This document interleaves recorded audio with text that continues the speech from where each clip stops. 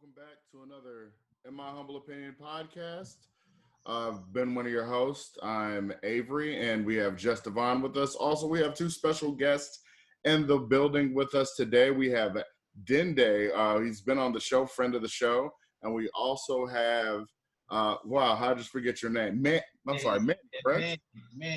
Manny. So we have Manny with us as well. They've been on the front lines of the protest that's been going on in Houston for the unjust killing of George Floyd. Gentlemen, how are y'all doing today? Good. How are you? Okay. Doing great. Now, we were just talking before camera. I was telling you we talked to an attorney earlier that has been at the protest, and I was at the protest yesterday as well. But I was at the protest, or the march rather, when we went from Discovery Green to City Hall.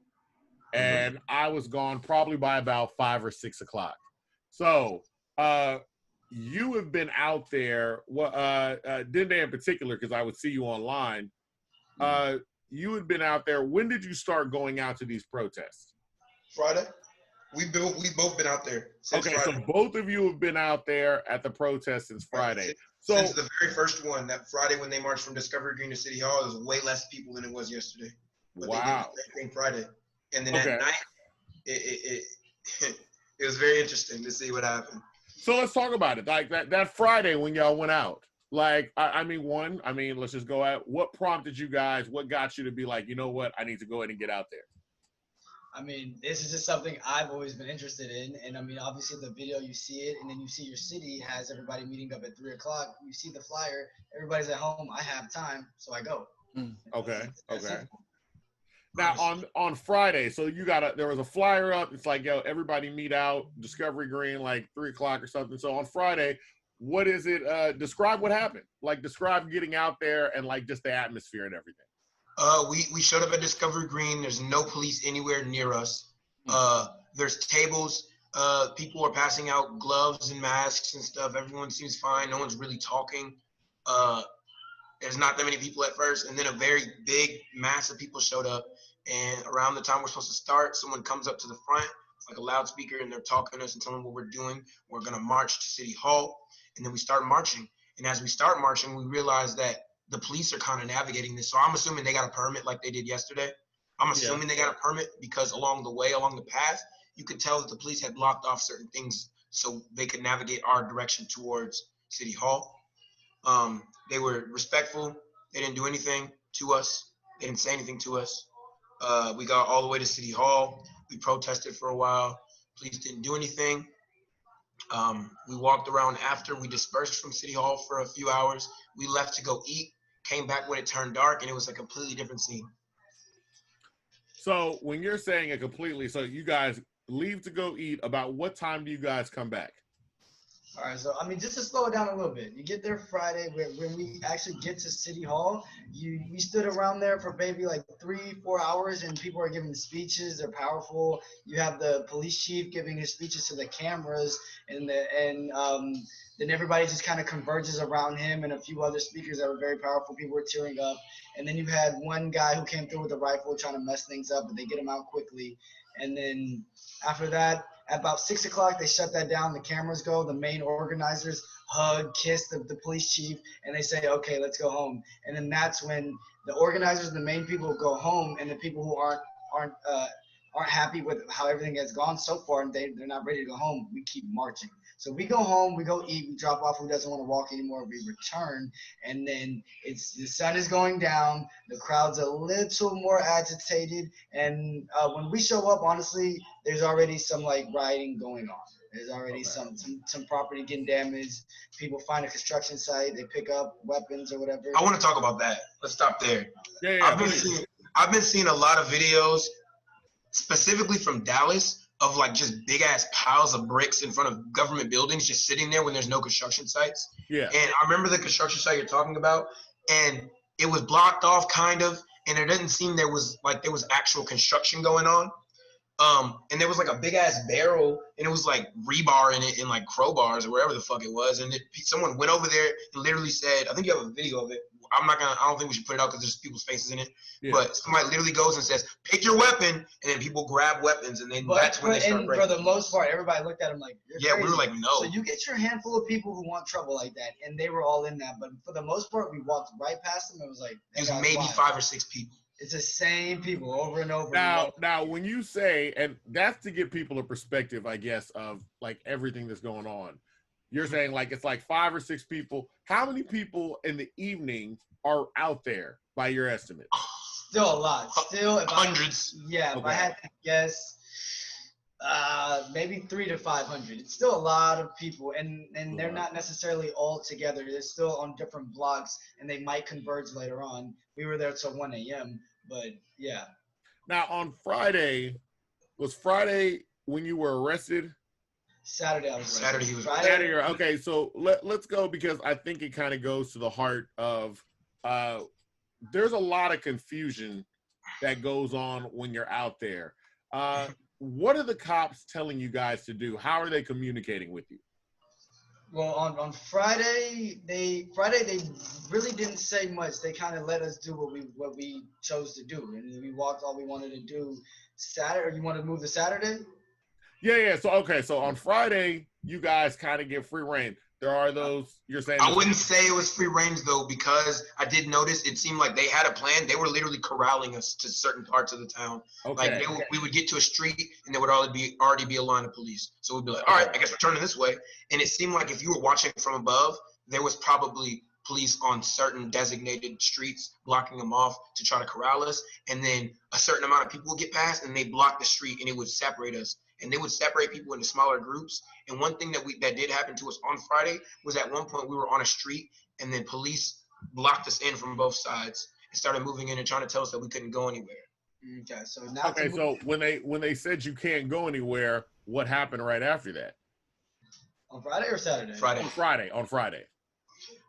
We kind of just stood there. Okay. Yeah. Friday they trapped us into a street. And they were like, if you don't want to go to jail, basically, like you gotta go. And so they let us exit through. We made it through the line of cops, and then we're basically supposed to go home, but we still stick around recording stuff. And they weren't. I don't think they were too aggressive at that point. They might have been looking for like just specific rioters. So we still got to like just hover around and watch them do what they did. Like Friday wasn't too crazy. Yeah. Oh, you were saying at that time they're still looking for specific rioters. Yeah, that's what it seemed like. They're waiting till they actually see something instead of blindly like arresting everybody. So yeah, what changes from Friday night to Saturday night? So Saturday I get there with another friend and we show up late, maybe 7, 8 o'clock, and there's a wall of police. Pretty much like three sides, like on a 4-wall room, 3 sides are covered. And we show up on the side of the police away from the protesters, trying to get to the protesters. And the police are like, no, you can't get through. You can't get through. I'm like, okay, what the hell? And then one cop speaks up. He's like, actually, yeah, you can go. You can join. He lets us walk right through. And we're standing there and they're telling us that like, go home. You can't be here. Like, you can't be on the street. And all the protesters are like getting angry at what they're saying because they're trying to push us. Y'all having at the picture? I was exactly. So let's back up. We're talking about you were saying we lost you right as you were saying you're showing up to the protest. The officer says you can't get in, and then another officer says you can. Yeah, so one officer says, I can't pass. Me and my friend cannot pass through the wall of police. So then we stand to the side to just record. Then one officer's like, if you want to go, go. And he opens up the wall, lets us go through. So now we join the crowd that's assembling. It's not a big crowd yet. People are still joining in. And they have 3 walls of police forcing us to take the 4th open passageway to go into 3rd Ward. So they want us rioting or protesting in 3rd Ward. That's where they want us. And when I was in jail, they had arrested people that were in 3rd Ward. So they successfully moved people there. But my crowd refused to go that way. So we stayed downtown and we just started marching, and we want to move quicker than the police can assemble. So we're just moving, we're moving. There's a crowd of us moving, and this is maybe like 9 o'clock. I have been protesting for about an hour now. And so then we might get maybe an hour in, we moved some blocks up, and then the police assemble like you want, like Megatron, like you won't believe. And somehow we have been blocked onto one street with police on both sides, and it's just residential buildings here. We can't go anywhere else. Just 2 walls of police, 2 buildings right here, and we're just stuck in the square by police. And I'm on the side because I'll back up a little bit. While we were marching through, people were throwing trash cans over and they were trying to start stuff. And I was picking up the trash cans, putting them back on the street, cleaning up the mess, and the cops were actually telling me thank you. So then fast forward, we get blocked in this little space, and I'm just trying to play media. So I'm standing as close to the police on the side, watching them and like hovering over the protesters and just recording. And I'm not really in the protest. I'm on the side along with other cameramen with vests. Like I guess they might have been media, and I'm just recording. And then next you know, they just start popping tear gas. Boom, boom. And I got it on video. They start popping tear gas, and people are on their knees, hands in the air. And yes, they're verbally yelling like cuss words, and they are angry, but they haven't done anything to you. And so they're getting tear gas, they're shooting pellets at their feet. And then that's when everybody freaks out because now it's violent, now they're shooting stuff at us. So everybody runs every different direction trying to find a way out. And they can't really get out. They find a little place, a garage. They can lift the garage, go under the garage, run under the garage, pop out on the other side. Police cars swarming, tires like screeching, and they're everywhere. They're already on you, and they're tackling people, throwing cuffs on people.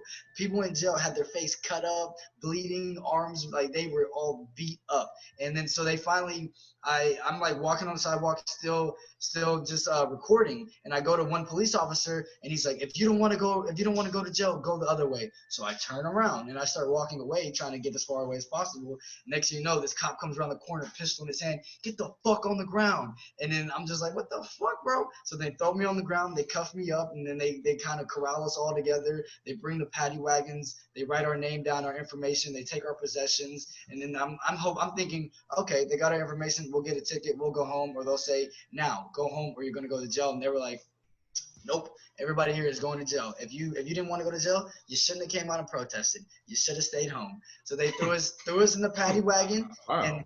And we're in the paddy wagon now. And when you said earlier that they had picked up just nothing but black women at one point, they were separating male and female. So they take 5 females, throw them on one side of the paddy wagon, 5 males, other side of the paddy wagon. And they drive us to an elementary school that has been converted to a police facility. So now we're all standing in a hallway where there's lockers and stuff. And for every prisoner, that was what they called us, every prisoner, there was an arresting officer. And that prisoner did not go anywhere without that arresting officer, because that was like your badge of the night. You got one, I know you were here, and now you'll get paid, And so I'm standing there, and I get dropped off in the paddy wagon. They bring us inside. My arresting officer, along with 2 other protesters, their arresting officers are nowhere in sight. So it causes a huge confusion for 2. Like we sit there just watching, and like gradually they start questioning. They're like, "Who are these guys? Why are they here?" All right, wait. So let's back that up there. So when you get there, everybody there has an accompanying officer. It's like the officer is checking in with, "Here's my protester." Yes. Now you and 2 other people just happen in the confusion not to have an arresting officer. Yes. Okay, and so they're like, "Yo, why are y'all here? What's going on?" I'm asking, I'm like, what is my charge? Why am I here? And they're like, who is this guy? And then you can see on their face, they're freaking out. They're trying to get whoever's in charge. Like, these guys here, what are they doing here? We don't know. And I'm like, bro. And I'm like, yo, let me go. Like, you don't know who I am. And then so I sit around for 2-3 hours. And after I'm asking, like, let me go, they're laughing at me. They're like, no chance, no way.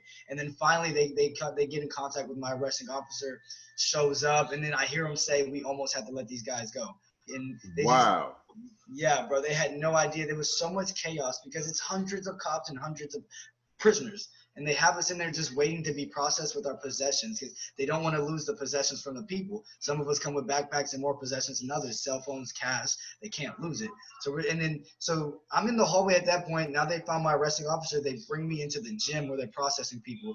And you have it looks like chicken coops. You have metal circle gates with females. And I'm talking at least 30 females on top of each other. Then you have another one with 30 males on top of each other. And it looks ridiculous in the midst of a pandemic. It makes no sense. sense on top of hundreds of officers, and not every one of them has masks on. Protesters, if you didn't come with a mask, you didn't have a mask at this point. So everybody's just in this room circulating the same air, just sitting around, and then you, of course, you need to use the restroom. So there's guys with cuffs on who need to use the restroom, and a male officer has to take you to the restroom, and he's like, I'm not touching you, I'm not touching your penis, basically. He's like, I'll pull your pants down and you figure it the fuck out. They don't, because they don't want to take your cuffs off. That's all I was about to say. So let's back up. They push you with everybody else. We're talking about groups of 30 people, but they do not uncuff you. So I got lucky because I didn't have the arresting officer, so they didn't corral me like the other ones. I'm sitting here watching this, and when my arresting officer showed up, I got a little special treatment to sit on the side and stand on the wall while I got to just watch all this stuff. And everybody is still in plastic cuffs because I guess the metal cuffs, they have to keep track of, they can't lose. So the plastic cuffs, they put them on you. Now they ran out of cuffs, so they can't snip them and replace them. So now you want to go to the restroom, you're shit out of luck to using your hands because we can't replace them. Damn, man. So, okay, so you're talking about, I mean, for the guys, they're just like, hey, I'm not going to, I'll pull your pants down. That's about it. Are you hearing what's happening to the women? The women, I'm not hearing what's happening, but I'm watching a female officer and the woman walk in the restroom. So I don't know how they're getting it done in there, but the woman officer and the prisoner go inside the bathroom. They do what they do and they come back out. I didn't ask what went down, but that's how that went. And I assume maybe they took their pants off, pulled them down, they sat down, they got up, boom, you know, and with all the cuffs on. Now, given your position when you're in there, because you're able to actually kind of view, what are you hearing the cops say? What are you hearing? Well, at this point, their job is done. You know, the cops have, the prisoners have cuffs on, so they're just talking about their night. They have a shit ton of Whataburger to eat, and they all like smiles and hanging out like bros, like, I haven't seen you in forever. How are you doing? And like they're jovial and they're having fun. Like the cops, they're done. You know what I'm saying? They did what they have to do, and because at that point, after that, you get thrown in the paddy wagon, cop goes home, you go to jail. You know, they're done. We're not running. We're not anywhere. There's so many cops. The premises is locked down. It's done. It's so safe. It's done for them, you know? And now, on the outside, because, I mean, eventually, how long did they have you detained? So before I actually got to a jail, I got arrested there I was in cuffs at 10 o'clock at night. I was probably in that gym until 1 in the morning. Okay. And so you're at the gym until 1 in the morning. You said before you actually, so did they still take you to jail? Yeah, so after they process your possessions along with you, now they have a name and possession, everything together, then another paddy wagon comes and throws you back in the paddy wagon. So five males, 5 females, each side in the paddy wagon. Drive you to JPC San Jacinto, which is the jail over there, and you hop out. Then you wait until they can get you into the jail because they arrested so many people, they backed up the system, and they didn't put the faculty in place that they needed at the jail. So they arrested more people than they do on the night, but the infrastructure has not changed. They put thousands of cops on the streets, but they didn't fix the people inside to process you. So now you have us in mass numbers inside the jail where you don't have enough seats. We're all standing around, and now the officers inside who are processing you are freaking out because now you have prisoners behind officers' backs, and they think they're going to get attacked. They're like, we don't know what to do with all these people. And they were previously practicing social distancing. So the chairs, one chair between each chair had a caution tape where you couldn't sit. As soon as they had all of us, they were like, nope, rip the tape off. Everybody sit next to each other. And now it's just like now it's hyper dangerous. Like social distancing doesn't exist for black people. Now it's out of the window. They don't care. And I raise my hand. I'm like, can I stand in the back because I don't feel safe? Once again, I hear, you should have stayed home. You shouldn't have protested. I can't do anything for you. And then so they process you right there with all your belongings. They get your fingerprints and all that. And then they take as many as they can as you, and they throw you in a cell. So after I got processed and they give you your wristband with your information, they move you along to another cell. And since there were so many of us that night, they threw us in a cell we shouldn't have been in. It was a bigger cell, and I'm sitting in a cell with 73 people. Now, at what point, because I have to imagine that people are asking for contact to get their phone call, because that's what everybody. They're asking, when do I get a phone call? And they're just telling you, no, not yet, no, not yet. And once you actually get moved to another level that phones are there, then you can make your phone call there. But until you get there, it's not going to happen. So you're arrested. I mean, we're talking about when did you say you went to the gym? I left the gym at 1. I was arrested at 10. I was probably in the gym at 11. Oh, okay. And so at what point, what time of day are you actually able to finally make a phone call to inform your family, hey, I'm arrested? He called me. I called him. What time was that call? I can look. I don't even know if I had to put an hour on it. While Dende is looking, given that you were in jail with a lot of people, did you see any non-POCs in there? What do you mean by POC? People calling. Yeah, okay. Okay. So you did, yeah, you had a lot less. So on Saturday, a lot less white people showed up than Friday. So then on Saturday, you did have a handful of white people, male and female, and they were very proud to be there. They were like, I'm going down for the cause. I'm on the right side. And they were happy to be there. Now, it was substantially less than of Hispanics and blacks, of course, but they were there. Okay. The first phone call I received was at 8:50 a.m. So you got to jail at 1. I got a call at 8:50, so 9 o'clock. Okay. That's when he was able to make his first call. So this is, I mean, we're talking about from the night before to the morning over. You still can't make a call. You're able to finally make a call. At what point, what do they eventually charge you with? So they charged everybody with the same thing, and it was obstruction of a highway/roadway, and they just charged everybody with that. Now, what? Oh, okay, Dende, what were you about to say? I've been arguing with the people at City Hall about this for the past 3 days because I looked up our rights as protesters, and it is not illegal to protest in a roadway, and there's certain steps that they have to take if they want people to get out of the roadway. And they definitely can't charge them legally of obstruction of a roadway when they blocked both exits of that roadway on a road with no sidewalks. So that would be so y'all's argument is basically like we weren't trying to necessarily block a roadway, or you guys didn't take the right steps. And we definitely didn't want to be followed and corralled. So 100%. You know, and you got helicopters in the sky, you got vehicles, you got thousands of cops. They're controlling us. At least 3 helicopters in the sky. 3 helicopters in the sky in this short area? And they're telling people where the people are, and they're like, all right, we're going to show up there. And you can hear them. Even Friday, I noticed I could hear them on their speakers saying, all right, we're going to so-and-so street. And then you would go, and there was so many cops just already blocking that street off. You can't go that way. They want you to go this way. One thing I will say about Saturday is I wasn't there when he got arrested. The friend that was with him called me as soon as he got arrested. And I went down there because I was doing a podcast talking about the protest, and I was going to come after it. And I went down there as soon as he called me to pick him up. And we went to the spot that he was arrested to try to see if he was still in cuffs so I can try to get him out because I knew he didn't do anything illegal. And he was already gone. But one thing I noticed was the spot, it was at Smith and Preston, and literally where I parked was around the corner, and there's bars that are open, and there's people literally walking in the middle of the street to go to the bar. And no police are stopping them. If their argument is that you're in the street illegally, why aren't they being arrested? Yeah. There's only one difference between those people, and is that one person is protesting and the other is not. And at that point, you're punishing protesters, and it's our right constitutionally to protest. So so your perception from all this, even from like he said when he was arrested by the police and everything, are the cops are blatantly just saying you don't shouldn't have protested. 100%. So they're not saying whether you did anything illegal or anything like that. They're like, you just should not have come out and protested at all. They told my friend that got away that was with me before they actually arrested people. They were like, since you're here, you're going. You shouldn't have came out tonight. That's it. Now, wait. You're saying your friend that got away. How'd your friend get away? So what he told me was like, I was on the front line recording. He was on the other side, the other wall of police, standing in the corner. And he said the cop told him this. And as soon as the cop kind of turned around and looked at another crowd, he slipped behind him and just started running. And he turned around and he saw that cops were like, wait, he's getting away. But they eventually just let him go because it was 1 versus 100. They eventually just gave up on him. Okay. And so that was Friday. So we've gone from Friday night, things escalate on Saturday night. Were you guys out there on Sunday? I was in jail.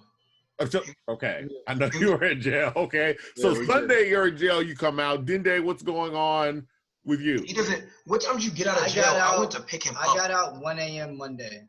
I went downtown Sunday night at around 9 or 10 because he called me and said, hey, I just talked to somebody. They said I should be getting out in the next 30 minutes. So I went to what is it, JCP? Yeah, JPC. JPC. And I sat there in the parking lot for about 3 hours. And then he calls me again. And he's like, hey, they just said we'll be lucky if we get out by 6 a.m. So I drove home. And I was like, I'm not even doing this. And there's just literally, as I'm driving out of downtown, I see no protesters. I just see police everywhere. Militant, booted up, ready to start something.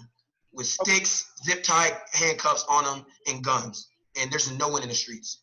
It's sad. And then they eventually let you. I mean, do you pay bail? Do they let you out on your own reconnaissance? So when we finally got a little hope, they took us to pretrial to get our charges, and we all got a general bond, and it was basically we get out for free. You have to show up on court June 30th, or you will pay $100 plus whatever they decide. So we get out for free initially, as long as you didn't have any contraband on you, or you didn't have any warrants or priors, anything like that. Because I knew some people in there that caught extra charges that weren't going to get out when I got out. Yeah. So we did pre-trial, and then we get into the final room you need to be in to head out, and it's probably 8 o'clock at night. And they're telling us that there's people protesting at another jail, and you can imagine 8 o'clock at night. They don't want to release all these protesters because we're already downtown. We'll just join them. Exactly. So 8 o'clock at night, the detention officers that are there watching us, they're like, "You're lucky if you get off by the time I get off my shift, which is 6 a.m." And so we're sitting in there moaning and groaning, getting angry now because we want to go home. We've been in here like 24 hours. We're ready to go home. And they're like, "All right, y'all keep it up. We're going to lose your paperwork. You'll be in here longer." And like, there's this abuse of power in there, bro. They were just hanging it over our head, bro. Like, behave or you're going to stay in now. And let's just talk about as you're in there, because you're saying you're in a special cell. They just said they just had a bigger one. It's a big room that, one. they literally have it's like a general population room. But they got about 70-something people in there. Yep. All right. So what are your conditions now in terms of at what point are you still cuffed? Have they uncuffed you yet? They have uncuffed you at this point. You do not have cuffs on, and you're just kind of they guide you around while you're in the jail, like as you are freely. But you're inside of the cell, and now you can watch TV, but they played only infomercials. Like, you didn't really watch TV. It was the same Spanish grill they were trying to sell me on TV. And then you could go to sleep if you wanted on this thin little mat. You don't get a blanket. You just get this thin little mat covered in dirt, and you have restrooms. These restrooms actually had doors on them, so it was a little nicer. They said they called this room the Hilton because it was so much nicer than other places. So you had tables you can sit at, and you had beds you can sit there. You can go to sleep. I couldn't go to sleep. It's way too cold in there, and I just did push-ups and squats and walked around the room to keep my body temperature up. But it was ridiculously freezing in there. And then you're saying about roughly 8 in the morning. We're talking about the morning. I'm sorry. This is Monday morning? Well, Monday morning is when I got out. So this is Sunday during the day, and during the night I'm in this cell, and they finally moved me to pre-trial, and I get to pre-release at about 8 p.m. Oh, okay. So, wait. What time Monday? I got out Monday 1 a.m. Monday? Okay, so Monday, I do Saturday 10 p.m. I'm in there all day Sunday, and it becomes 1 a.m. I'm out.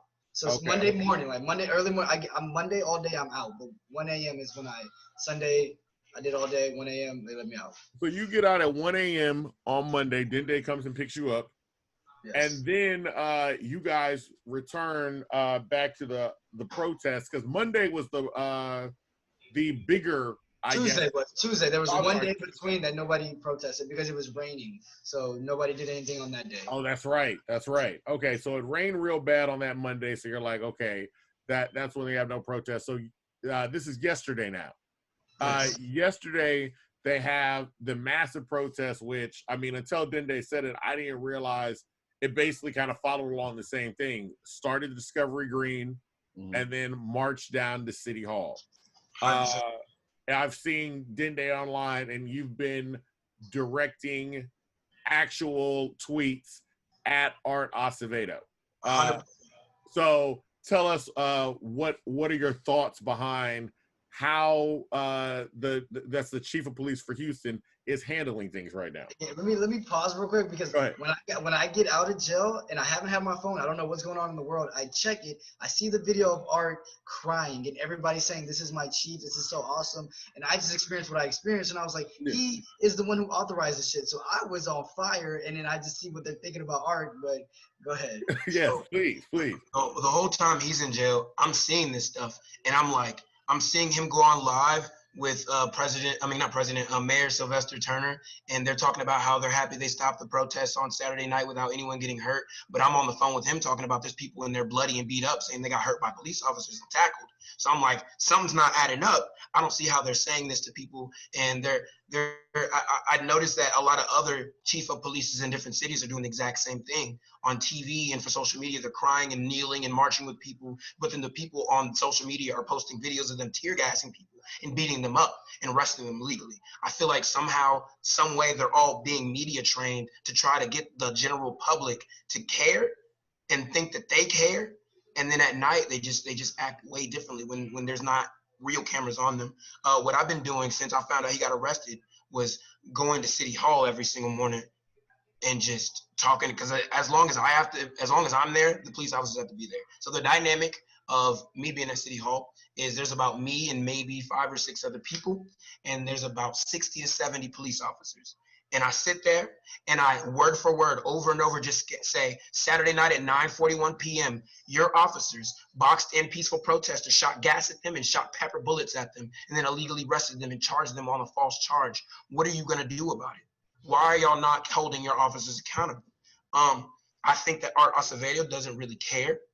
I've been tweeting at him. He's been mentioned in the video that has been circulating. The video has about, since I checked an hour ago, it had about 64,000 views on Twitter. He's been added in it at least 200 times. So I know he's seen it. He saw it before I showed it to him to his face. But and okay, so let's just specifically talk about that too. So you're sending him messages online. Other people are joining in and also sending those messages online, and then you actually had the opportunity to speak to him directly. Okay, so how did this come about? So yesterday during that protest, I was there. I didn't even march. I went straight to City Hall. I got there around 2:30 and I went straight to City Hall. I was like, I'm not marching. I'm going to sit here. I'm going to be in the front so that when the chief of police comes out, I get to talk to him, because I've been adding him for 2-3 days and he hasn't responded to me. I know he's seen it, and he's been getting emails and he has not responded. So I waited. Protest was over. I couldn't find him. I've been wearing like a mask over my face to like every day that I've been going to City Hall. I've been wearing a mask over my face, like a shirt. You can't see my features. You can't see anything to hide my identity. I'm sitting there waiting for him, and then someone comes to me and says, Dende, and I'm like, oh, time to go. So I start walking away, and then one of my friends calls me and said, hey, have you seen the chief yet? And I was like, no. He was like, he's right here. There's like maybe 15 people around him asking him questions, and he's doing like a little photo op, hugging people. I was like, oh, bet. So I come back, and I go over there with a bullhorn, and I get maybe this far away from him with this bullhorn. And I'm like, on Saturday night at 9:41 p.m. And I did repeat the same thing. And I repeat it maybe 20 times. And eventually he turns his back to me. So I'm knowing he hears me. So eventually, bullhorn, of course. I have a bullhorn. So the people eventually, they stop asking him all the dumbass questions they're asking him, and they push me forward. And they're like, Art, talk to him. And I show him the video. And they're like, these are your officers gassing and shooting pepper bullets at peaceful protesters, some of them on their knees, some with their hands up. What are you going to do about this? He looked at it and he said, okay, email that to me. And then turned his back to me. And he pulled a little stick. He pulled something out of his pocket, wrote his email that's on the internet that he doesn't respond to, wrote his email on it and handed it to me, and then refused to talk to me anymore. And I was like, what are you going to do about all these people that have been illegally arrested? Because they have charges now, and he won't answer my questions. Everyone else's questions, he talked to them for at least 5, 10, 15 minutes. My question, he gave me 30 seconds, and I had an actual concern. And then when I get home, I look at his email, and I realize he wrote it on the back of a junior police sticker, as if to tell me, shut the fuck up. Yeah. Like, that's what it seemed like he was doing to me. And I've been going up to City Hall and talking to other people. Like, I went again today, and I'm going to keep going. And I was like, since the chief doesn't care, I'm going to show the captains. And I want y'all to hold your people accountable then. Since the chief isn't going to do it, I want you to hold your people accountable. And I showed them the video. What is the response from the captains? One of the captains, his name is Ernest Garcia. I spoke to him yesterday morning, because I went in the morning before the protest. I went at 10 a.m. so I can talk to people. I showed him the video, and he said, oh, I wasn't there. I don't know about this. I don't know what to tell you. And I was like, what do you mean? Like, what are you going to do about this? And he was like, you just need to get it to Chief Acevedo. And I was like, all right, bro. He's been Ernest Garcia has been nice to me the past 2 days, but he's also, when I first got there, the first day I went, he lied to me and tried to tell me I couldn't protest on City Hall steps. But I knew my rights, and I told him. And let's also talk about that, because I really wanted to talk about that earlier, because the attorney was also speaking about this earlier. So detail to us that first interaction you have where an officer is telling you where you can protest, because you asked this officer, correct? So yeah, go ahead. Just tell us about that interaction. Yeah. So I pull up with maybe 3 people. Eventually more people show up, but I pull up with maybe 3 people, walk right. I'm holding like a cooler in my hand. I just walk straight up the steps. I set my cooler down. We hold up signs and we just start chanting. And I'm just like, what are y'all gonna do about this? And I'm like, no justice, no peace. As long as I'm here, y'all have to be here. You're not gonna get any peace. Eventually, Captain Ernest Garcia comes outside and he tells me, so basically we're not blocking the doorway. We're like in the middle, but we're not anywhere near the door. So he comes out and he says, hey, you can protest, but you have to do it over there. And I said, no, it is the law that you can protest on any government building as long as you are not impeding interest to that building, causing immediate harm to anyone else, and that is it. And he was like, oh no, there's a statute that states you can only protest over there. I was like, okay, I'll go over there if you go inside and go print it out. Yeah. And he goes, yeah, it's bullshit. So he goes inside. He's gone for maybe 15 minutes, and I start yelling. I'm like, where's Art?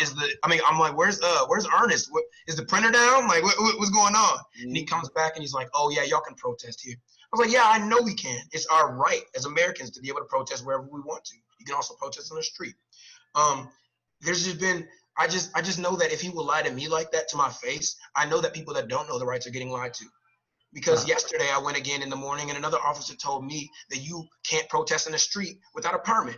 And I was like, you are wrong again. You do not need a permit to protest in the street unless you're impeding the roadway from cars coming or you are causing immediate harm to other people. And they were doing none of those things. And there wasn't, unless it was like yesterday where it's like thousands of people and it constitutes to be labeled as a parade, then you need a permit. But what we're doing, we do not need a permit for it. And they try to lie to me. And they just keep trying to lie to me. So I just know that if they're lying to someone that knows their rights, and they're lying to everyone. So, I mean, absolutely. So what's the overall, are you getting a consensus from the police? Are you getting random different things from each officer you talk to? Bullshit.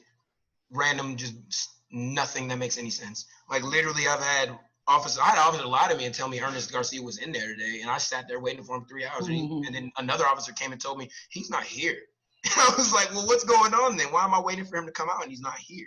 I just had random officers try to tell me I couldn't protest right here. And then I was like, we'll call somebody and then tell them that I can. And then they call them and they're like, oh yeah, you can. And it's just, they don't know what they're talking about. And if they do know what they're talking about, they're just lying. And some officers, what was that? Go ahead, Dende. Okay, some officers will sit there and talk to you, maybe 5 of them, but remember there's about 60 or 70 of them. Maybe about 5 individually will come and talk to you and hear your side and share what they think. And then there's everyone else, like yesterday before the protest at 10 a.m. where I walked up to officers and I showed them the video and they just stared at me. They didn't say anything. And I was like, what are you going to do about your coworkers that are like. Now you're saying, and I think that's a really clear example where you're saying out of 60 officers, you're still getting some type of conversation, but only out of about 5. 100%. When you're talking to those 5, what are they saying? What are they expressing to you? They're saying that they agree with everything that we're talking about. And they're saying, some of them are saying we've experienced, I had a conversation with a Hispanic American officer yesterday. He was like, I've been an officer for 20 years. When I first started, before we even knew what racial profiling is, we were doing it. And they were doing it. And one officer specifically, he was like, one officer used to just arrest people if they didn't speak English. And he was like, and he's Hispanic, and he was like, would you arrest? And he was like, my mom doesn't speak English. And I asked him, would you arrest my mom if you didn't know what she was saying? And he was like, if she didn't speak English, yeah. Said it to his face. And I was like, so do you see what we have to deal with? Like, if they're saying that to another officer, what do you think how do you think they treat civilians? Yeah. Like, and he's just like, I understand, but I don't know what to do. And I'm just like, that's not my job, bro. Y'all got to figure that shit out. Yeah. Like, and he's like, it's very cliquish. We were over there and there was maybe 15 officers.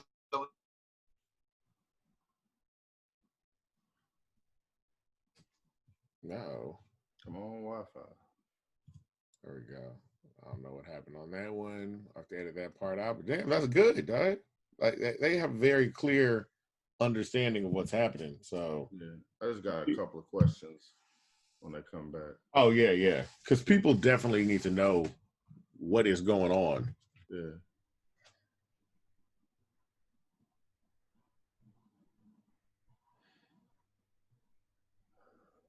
Shoot. Lost the connection. Yeah. There we go. Okay. It's very weird. It's like I'm getting kicked from my internet because my internet's not going down, but it keeps logging me out of my internet. It's very weird. Oh, okay. So no. Avery also had a couple of questions.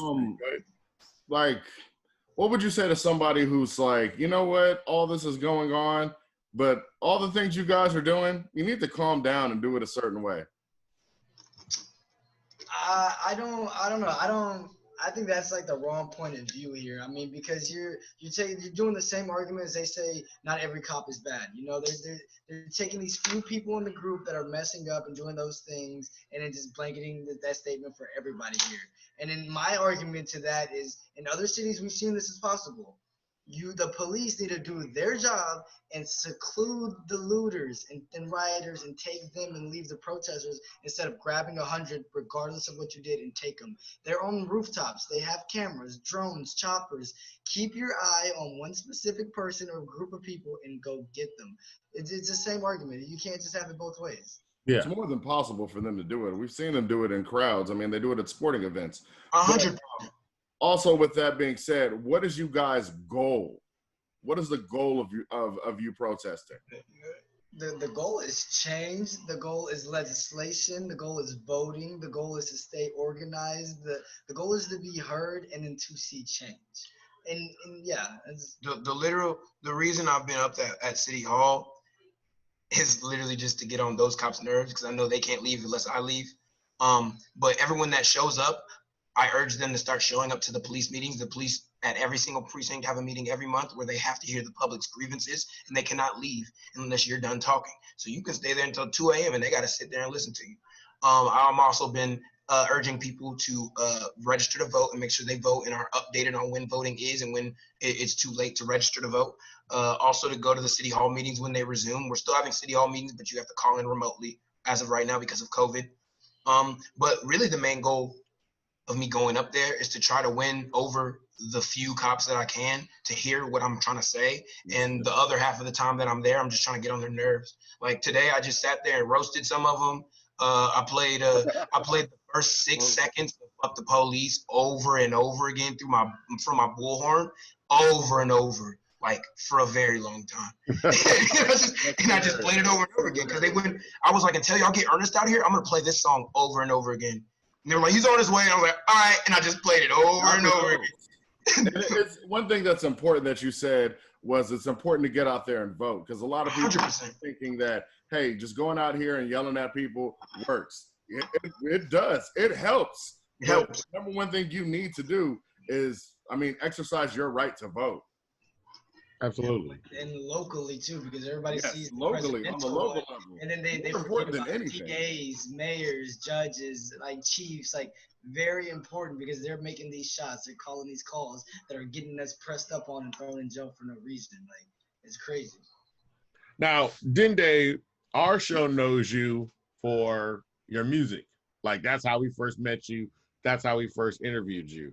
And I've been, we follow you on Twitter and everything. You've made some points about what's the perception you're getting from some of your fan base about you being political now. A good amount of people, when I first started speaking out against injustices that I've seen personally and ones that my friends have experienced, started just being like, we like your music, like do the music, like you shouldn't be, this isn't even that important, like you need to stop worrying about this. People are just out there looting. And I'm like, you're not even there. You're saying this from the comfort of your home. And for the first time in my life, I felt probably how Colin Kaepernick felt when he was out there peacefully protesting. And people were like, we don't want to see politics. Just play football. Yeah. Or when LeBron spoke out, and they were like, we don't want to see politics. Just shoot the hoop. Just do it. And so I made this song called Dance, and it's literally just like, I feel like they just want us to dance. They're just like, dance, nigga, dance. We don't want to hear what you have to say. We don't want to hear your opinion. Just dance. You're here for our entertainment. We let y'all live here for our entertainment. We don't want to hear what you have to say. I don't give a fuck. That's what I've been getting, and it's been making me angry, honestly. I've been taking a break from music. I made that one song the first day that the protests happened, and I haven't even touched music. I haven't even looked at music since then. I'm not even trying to do it. Somebody like commented on my stuff and was like, why are you doing this to try to promote music? And I was like, what are you talking about? I haven't talked about music once. Like, what are you even? And that's incredible because, like, following you since the quarantine happened, you were doing so much. All music. And then this started, the music stopped. Everything. Completely. I haven't touched music, bro. And it's just like, what are you talking about? Y'all are literally at home watching TV in your air conditioning, and people are out there getting their rights violated. And all you see is 5 people breaking a window. And you feel like that discredits hundreds of people that are over about 500 people have been arrested in the past 3 days in Houston. You cannot constitute 500 arrests when there's less than 20 people worth of damage done in Houston. So the same charge. And let's talk about that too, because let's talk about people's perception to what is going on out there, because people are seeing, they're like, hey, I know what y'all are doing. It's like 1,000 of y'all out there and y'all burning stuff up. So let people know, really, and you've alluded to it, but really let people know, like, this is what is actually going on out there. So tell people what's happening.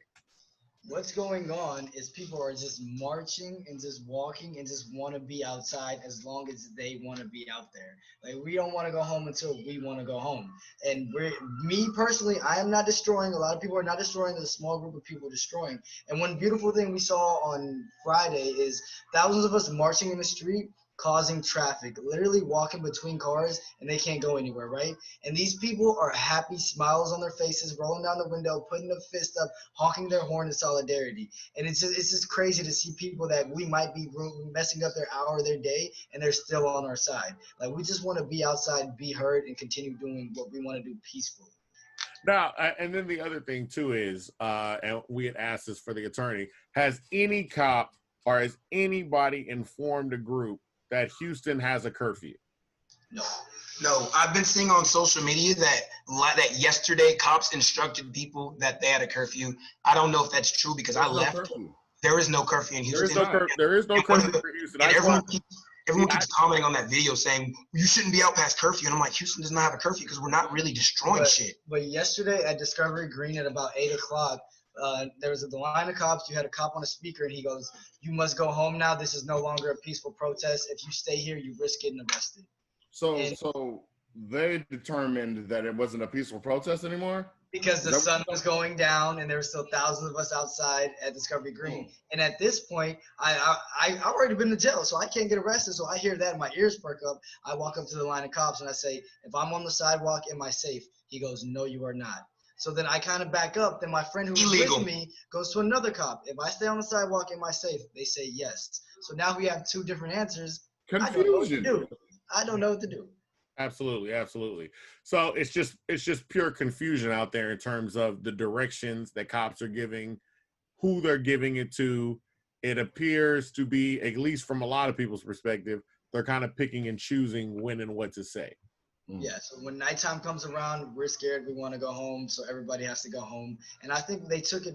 So Friday got a little nasty at night, and the rioters did what they wanted to do, and not a lot of them went to jail. So Saturday comes around, and the Friday night protest went to about 4 a.m., 3 a.m. Saturday comes around, they weren't playing. 10 o'clock at night, shut it down. Everybody goes to jail, and I think they just took it personally. And they're like, all right, we'll just take you all to jail at 10 and save us some time.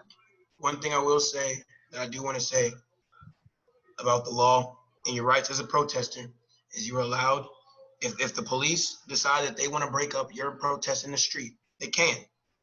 But there's a few steps that they have to take before you can be arrested. And none of those steps had been taken on Saturday. They were taken on Friday. They let us leave. They have to give you a clear path to exit. They have to tell you, you need to move to the side of the road. or you need to get on the sidewalk. None of these things happened Saturday. They did not give them a clear way to exit, and people were arrested. Yeah. And I'm trying to find like a way to. I was talking to him earlier, and I want to find a way to get in contact with all the people that were arrested, because I don't want them to just take these guilty pleas and pay the little fee to get it thrown out. I want them to sue the city, because you can't constitute 500 arrests when there's not 500 people worth of damage done. There was definitely voices in jail that were like, I'm going to pay whatever they say to get this over with. And I was like, no, I'm taking this all the way. I'm innocent. I'm going to court. And not all of them have video proof that they were illegally arrested like he does. And I didn't even know I had those videos. Like they were that good quality that after I left and I looked at my phone, I was like, hold up. I have me going to jail. I have them shooting tear gas. I didn't even know any of that until I got out. Now, I guess you guys have kind of detailed everything that happened from, I mean, pretty much since Friday. What is it that you want to give out? I'll post something different to each one of you. Dende, what is it that you want HPD to know? What is it that you want them to walk away from? Or what message are you trying to get to them, given that you're saying Art Acevedo and some of the other people appear not to be listening? Just tell our audience so that can be put out there. I want HPD to know that I'm not going to stop pursuing them to be brought to justice for violating people's constitutional rights, because I'm not going to forget that. Literally, the whole point of this protest is that 3 people that have been charged today, I don't know if y'all heard that, 3 complicit officers when George Floyd was killed. Oh, yeah. The whole argument is that even if there is just bad apples, there's a lot of good cops not stopping them. And if you are not saying something to these officers that are breaking people's constitutional rights, you're complicit in that. I want them to speak up. And what I want to tell them is that I'm not going to stop pursuing them speaking up until somebody needs to be fired and go to jail. Yeah. Because your chief doesn't care, I'm going to speak to all the captains. If they don't care, I'm going to speak to the people under them. I'm going to keep doing it, but we're also going to vote, and we're going to make it known, because I'm making sure all these videos are blowing up. I'm giving it to all the news media. It's at a lot of views on Twitter, and he's been tagged numerous times. He needs to publicly address it and say what he's going to do to reprimand these officers that are violating people's rights, because it's illegal. All right. And then, Manny, what is it that you want to say to just the public that is seeing things about protests online? What do you want them to get from, what do you want to tell them about what's happening out there? I want them to join us. Come on out, march with us, see for your own firsthand experience, so you don't have to look at a video and worry that you don't have all the context. Come and join, keep your eyes open, your ears open, form your own opinion, and just know what you can and can't do as a citizen, and use all your rights. Why be at home not using your rights? You know, you might go a lifetime without protesting. Go protest and see what it's like, and you can feel like it's almost tangible, like what the city is feeling. Before these protests, I didn't know what most people believe. Now I see most people believe what I believe, and they fight for the right things. And it's like heartwarming to see that your city is moving in the right direction, or at least it's trying. Like, just get out there and experience it, because it's important.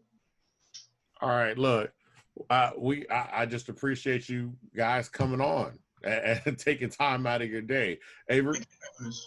Yeah, I appreciate it too, man.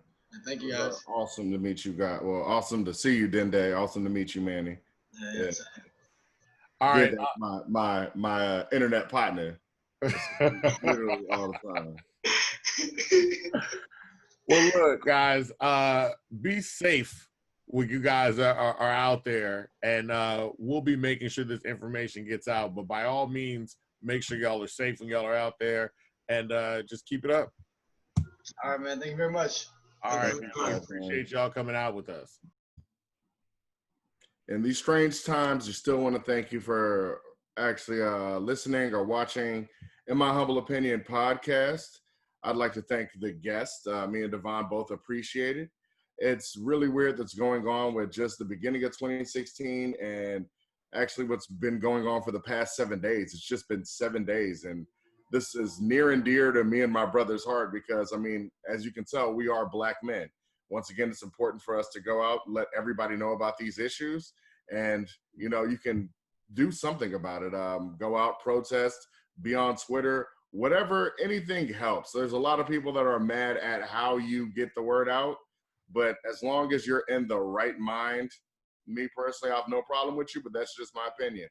Once again, in my humble opinion, where the words aren't jumbled and the opinions aren't humbled. Thank you and good night. Bang.